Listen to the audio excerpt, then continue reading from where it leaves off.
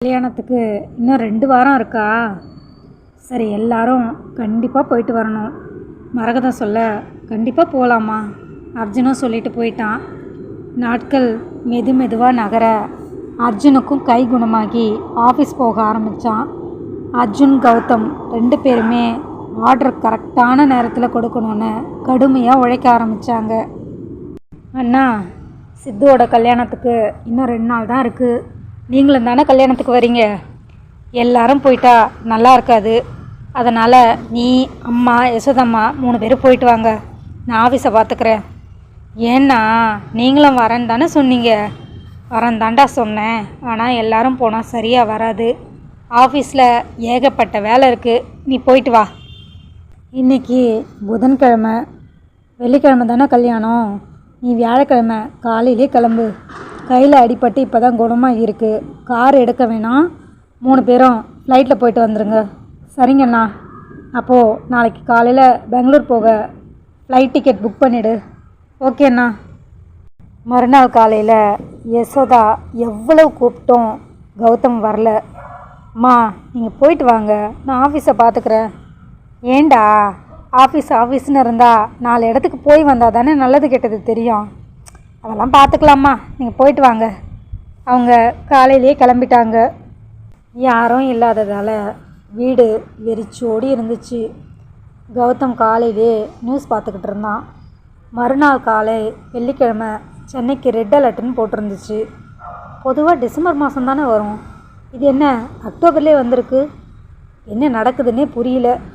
சொல்லிக்கிட்டே கௌதம் குளிக்க போயிட்டான்.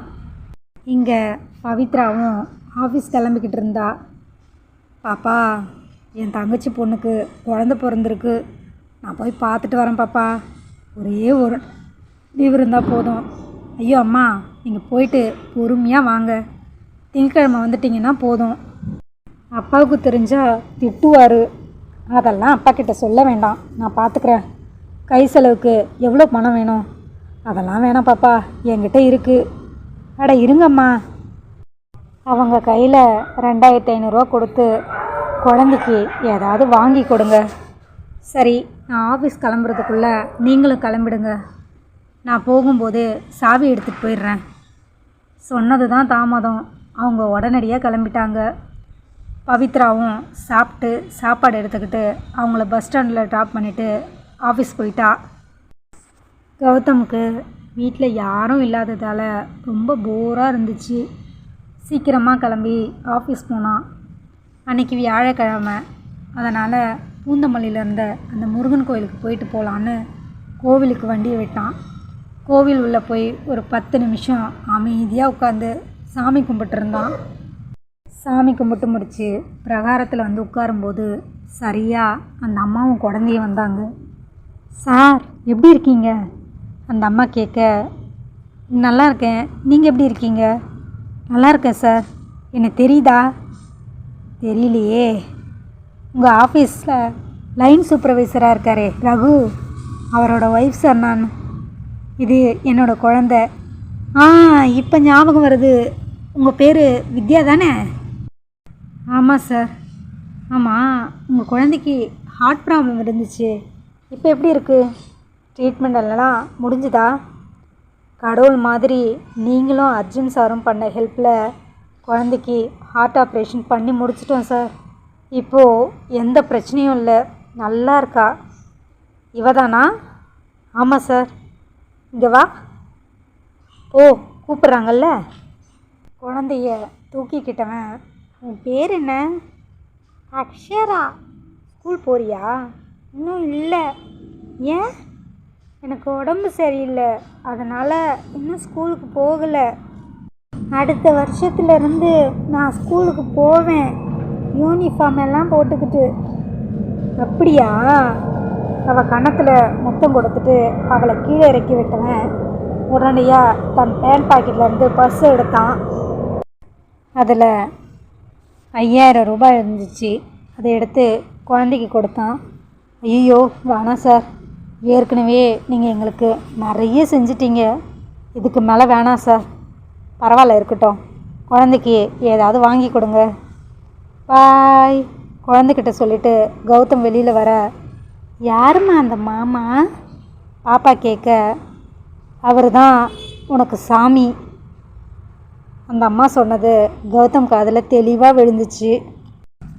நேராக ஆஃபீஸ் வந்தவன் தன்னுடைய கேபினுக்கு போக பின்னாடியே பவித்ராவும் வந்தா. பவித்ரா, இந்தா. என்னது சார்? விபூதி குங்குமம். கோயிலுக்கு போனீங்களா? பாரேன், புதுசாக பண்ணுறீங்க. சொல்லியிருந்தா நானும் வந்திருப்பேன்ல. கௌதம் சிரிச்சுக்கிட்டே போயிட்டான். கௌதமோட அகலமான அந்த நெத்தியில் சின்னதாக கீத்து மாதிரி வச்ச அந்த விபூதி குங்குமம் பார்க்கவே அவ்வளோ அம்சமாக இருந்துச்சு. பவித்ராவும் குங்குமத்தை எடுத்து வச்சுக்கிட்டா. ஏதோ கௌதம் மனசு அன்னைக்கு ரொம்ப அமைதியாகவும் சந்தோஷமாகவும் இருந்த மாதிரி இருந்துச்சு. 11:30 மணிக்கு, பவித்ரா வா, லைனை செக் பண்ணிட்டு வரலாம். 2 பேரும் ஃபேக்ட்ரிக்கு போக ஒரு லைனாக செக் பண்ணிட்டு வந்தாங்க. அந்த இடத்துல மொத்தம் 20 லைன். ஒரு லைனுக்கு 100 பேர். ஒவ்வொரு லைனுக்கும் ஒரு சூப்பர்வைசர். இவங்க எல்லாருக்கும் மொத்தமாக சேர்த்து மெயின் சூப்பர்வைசர் ஒருத்தர். செக் பண்ணிகிட்டே வந்தான். சரியா அந்த ரகு கிட்ட வரும்போது ஏதோ தோணவும், என்ன ரகு, உங்கள் குழந்தைக்கு இப்போ எப்படி இருக்குது? இன்னும் அப்படியே தான் சார் இருக்குது. ஹாஸ்பிட்டலில் அட்மிட் பண்ணியிருக்கோம். உடம்பு இன்னும் சரியாகலை. உடம்பு சரியாகலையா? இல்லை சார், ஹாஸ்பிட்டலில் தான் இருக்கா. ரகு அழாத குறையாக சொல்ல கௌதம் முகமே மாறிடுச்சு. வேறு எதுவும் பேசாமல் அடுத்த லைனுக்கு போயிட்டான். 20 லைனையும் செக் பண்ணிவிட்டு தன்னுடைய கேபினுக்கு வந்தவன் ராகுலுக்கு ஃபோன் பண்ணான். சொல்லுங்கள் சார், அந்த லைன் சூப்பர்வைசர் ரகு இருக்கார்ல, அவரோட அக்கௌண்ட்ஸ் டீட்டெயில் வேணுமே. உடனே எடுத்துகிட்டு வரேன் சார். அடுத்த 5வது நிமிஷம் ராகுல் ஸ்டேட்மெண்ட்டோடு வந்து நிற்க, நம்ம ஆஃபீஸில் ஃபேமிலியில் யாருக்காவது ஹெல்த் இஷ்யூஸ் இருந்துச்சுன்னா அவங்களோட மெடிக்கல் எக்ஸ்பென்ஸுக்காக ஒரு அமௌண்ட் ஒதுக்குவோம்ல. ஆமாம் சார். அப்படின்னு பார்த்தா இந்த ரகுவுக்கும் மாதம் சேல்ரி இல்லாமல் ஒரு அமௌண்ட் ஒதுக்கிறீங்க தானே? ஆமாம் சார். எவ்வளோ போகுது? Monthly 25,000 sir. ஆக்சுவலி இந்த 25,000 சேல்ரி இல்லாமல், அப்படித்தானே? ஆமாம் சார். இந்த அமௌண்ட்டை சேல்ரியில் பிடிப்பீங்களா? இல்லை சார், உங்கள் அப்பா எந்த காரணத்தை கொண்டும் இந்த அமௌண்ட்டை மட்டும் சேல்ரியில் பிடிக்கக்கூடாதுன்னு சொல்லியிருக்காரு. என்ன நடக்குதுன்னு பவித்ரா புரியாமல் பார்க்க, பவித்ரா உடனடியாக கீழே ஃபோன் பண்ணி லைன் சூப்பர்வைசர் ரகுவையும் மெயின் சூப்பர்வைசரையும் என்னோடய கேபினுக்கு வர சொல்லு. பவித்ராவுக்கு ஏதோ பிரச்சனைன்னு புரிஞ்சிச்சு. உடனடியாக இன்டர்காமில் விஷயத்த சொல்ல, என்னையா திடீர்னு கூப்பிட்றாரு? ஏதாவது பண்ணி தொலைச்சியா? நான் எதுவும் பண்ணலையே சார், எதுக்கு கூப்பிட்றாருன்னு தெரியலையே. 2 பேரும் வேகமாக வந்தாங்க. உட்காருங்க. 2 பேரும் சேரில் உட்கார, ரகு, உங்களோட குழந்தைய எந்த ஹாஸ்பிட்டலில் சேர்த்துருக்கீங்க? MA hospital sir. சரி வாங்க, உடனடியாக குழந்தைய போய் பார்க்கலாம். சார் அது வாங்கன்னு சொன்னேன். சார் அது வாங்க போய் குழந்தைய பார்த்துட்டு வரலாம். கௌதம் எழுந்திருக்க, சார் இல்லை சார், என் குழந்தைக்கு குணமாயிடுச்சு, அவள் வீட்டில் தான் இருக்கா. அப்புறம் எதுக்கு மேம் இன்னும் குணமாகலைன்னு பொய் சொன்னேன்? சார், குழந்தையோட மெடிக்கல் எக்ஸ்பென்ஸு ரொம்ப ஜாஸ்தி ஆகிடுச்சு சார். நம்ம ஆஃபீஸ்லேருந்து அவளோட ஹெல்த் இஷ்யூஸ்க்காக மாதம் ஒரு அமௌண்ட் கொடுக்குறாங்க சார். குழந்தைக்கு குணமாயிடுச்சுன்னு சொன்னால் அதை நிப்பாட்டிடுவாங்க. அதனால தான் சார் பொய் சொன்னேன். You idiot! உனக்கு அந்த மாதிரி ஏதாவது பணத்தேவை இருந்தால் ஒன்று நீ என்கிட்ட சொல்லியிருக்கணும், இல்லை அர்ஜுன்கிட்ட சொல்லியிருக்கணும். நீ உண்மையை சொல்லி கேட்டிருந்தா 25,000 இல்லை 2.5 லட்சம் ரூபாயாக இருந்தாலும் நான் கொடுத்துருப்பேன். ஆனால் எப்போ நீ கம்பெனியை பொய் சொல்லி ஏமாத்தணும்னு நினச்சியோ, இனிமே ஒரு நிமிஷம் கூட உனக்கு இந்த கம்பெனியில் இடம் இல்லை. Get out. சார், நான் பண்ணது தப்பு தான் சார். உங்கள் காலில் கூட விழறேன் சார். திடீர்னு வேலை இல்லைன்னு சொல்லிட்டிங்கன்னா உடம்பு சரியில்லாத குழந்தைய வச்சுக்கிட்டு நான் ரொம்ப கஷ்டப்படுவேன் சார். நான் பண்ணது தப்பு தான் சார். இனிமே கம்பெனிக்கு விசுவாசமாக இருக்கேன் சார். என்னை மன்னிச்சிடுங்க சார். தயவு செய்து என்னை வேலையை விட்டு அனுப்பிடாதீங்க சார். மெயின் சூப்பர்வைசரும் பவித்ராவும் எவ்வளோ எடுத்து சொல்லியும் கௌதம் காம்ப்ரமைஸ் ஆகவே இல்லை. கடைசியாக பவித்ராவை பார்த்து ஒன்றே ஒன்று சொன்னான். நாளைக்கு நீயே என்கிட்ட பொய் சொல்லி ஏமாத்துறன்னு தெரிஞ்சா உனக்கும் இதே நிலமை தான். யாராக இருந்தாலும் என் முடிவு மாறாது. இன்னும் 5 நிமிஷத்தில் இவன் வெளியில் போகணும், இல்லைன்னா இவனோட சேர்ந்து நீங்கள் எல்லாரும் போயிடுவீங்க. ரகு அழுதுகிட்டே அவனோட டெர்மினேஷன் லெட்டரை வாங்கிட்டு கிளம்பிட்டான். கௌதம் சொன்னது பவித்ரா காதில் ஒழிச்சிக்கிட்டே இருந்துச்சு. எப்பா சாமி, சீக்கிரமாக இவனை விட்டு எஸ்கேப் ஆகணும். சி, மனுஷனா இவன்? மன்னிக்கிற குணம் கொஞ்சம் கூட இல்லை. பவித்ராவுக்கு ஏனோ அவனை பார்க்கவே அவ்வளோ கோபமாக வந்துச்சு. அதுக்கப்புறம் பவித்ரா அவங்கிட்ட முகம் கொடுத்தே பேசலை. லன்ச் டைமில், பவித்ரா, ராமநாதன் அங்கிள் எங்க? அவருக்கு ஃபீவரஷாக இருக்குன்னு லீவுன்னு மெயில் போட்டிருக்காரு.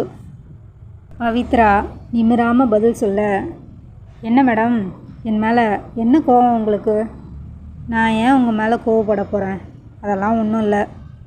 வெளியில் லேசாக மழை தூர ஆரம்பிச்சுது. சரி பவித்ரா, எனக்கு ரொம்ப பசிக்குது. என்ன சாப்பாடு கொண்டு வந்த? சாதம், முருங்கைக்காய் சாம்பார், அவியல், அப்பளம், ரசம், அவ்வளோதான். அடடா, எனக்கு பிடிச்ச மெனுவாச்சே. எனக்கு கொஞ்சம் சாப்பாடு கொடுக்குறியா? எனக்கு மட்டும்தான் எடுத்துக்கிட்டு வந்தேன். நீங்கள் ஹோட்டலில் போய் சாப்பிடுங்க. ஏய், வெளியில் பாரு எப்படி மழை பெய்யுது. மழையில் நனைஞ்சா எனக்கு சளி பிடிக்கும் பவித்ரா. நிறைய வேண்டாம், கொஞ்சோண்டு கொடு போதும். வாய் வார்த்தையாக சொன்னாலும் பவித்ராவுக்கு அவனை விட்டு சாப்பிட மனசே இல்லை. சாப்பாடு எடுத்து வச்சவ அவனுக்கு முதல்ல பரிமாறினான். சாம்பார் பிரமாதம், அவியலும் நல்லாயிருக்கு சொல்லிட்டு ரசித்து சாப்பிட்டான்.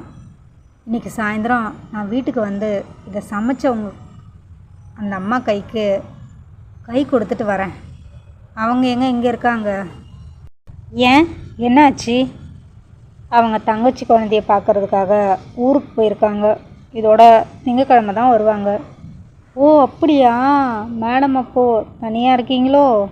ஆமாம். அதுக்குள்ளே வெளியில் மழை வழுக்க ஆரம்பிச்சுது. கௌதம் ஃபோன் எடுத்து பார்க்கவும் ஃப்ளாஷ் நியூஸ் போய்கிட்டு இருந்துச்சு. வெள்ளி சனி 2 நாளும் பொது விடுமுறைன்னு போட்டிருந்தாங்க. அவசரமாக சாப்பிட்டு கை கழுவினவன் மைக் ஆன் பண்ணி அங்கங்கே அதுக்குள்ளே பவர் கட்டும் நடக்க ஆரம்பிச்சுது. ஒர்க்கர்ஸ் எல்லாரும் உடனடியாக வீட்டுக்கு கிளம்புங்க. ஃப்ரைடே சாட்டர்டே 2 நாளும் ஜென்ரல் ஹாலிடே. இதோட எல்லாரும் மண்டே வந்தால் போதும். முதல்ல எல்லாரும் சேஃபாக வீட்டுக்கு கிளம்புங்க. சொன்னது தான் தாமதம். எல்லாரும் அறக்க பறக்க வீட்டுக்கு கிளம்ப ஆரம்பித்தாங்க. பவித்ராவும் சாப்பிட்டு முடித்து எல்லாத்தையும் எடுத்து ஏற கட்ட ஆரம்பித்தா. பவித்ரா, நீயும் கிளம்பு போகலாம். ஒரு தடவை எல்லாத்தையும் சுற்றி பார்த்தவன், பவித்ரா மழை ஹெவியாக இருக்குது, ஸோ நீ வண்டி எடுக்க வேணாம், என்னோட காரில் வந்துரு. சரிங்க சார். கம்பெனியை லாக் பண்ணி செக்யூரிட்டி கிட்ட சாவியை கொடுத்துட்டு நீங்களும் வீட்டுக்கு கிளம்புங்க. எதுவாக இருந்தாலும் திங்கக்கிழமை வந்து பார்த்துக்கலாம்.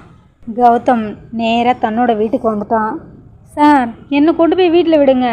இதை பாரு பவித்ரா, மழை எப்படி பெய்யுது பார்த்தியா? வீட்டில் யாரும் இல்லைன்னு சொல்கிற, தனியாக அங்கே போய் என்ன பண்ண போகிற? பேசாமல் இங்கே தங்கிடு. அப்போது வரைக்கும் பவித்ராவுக்கு வீட்டில் யாரும் இல்லைங்கிற விஷயம் தெரியாது. அவளும் சாதாரணமாக, சரி சார், நான் இங்கே தங்கிடுறேன்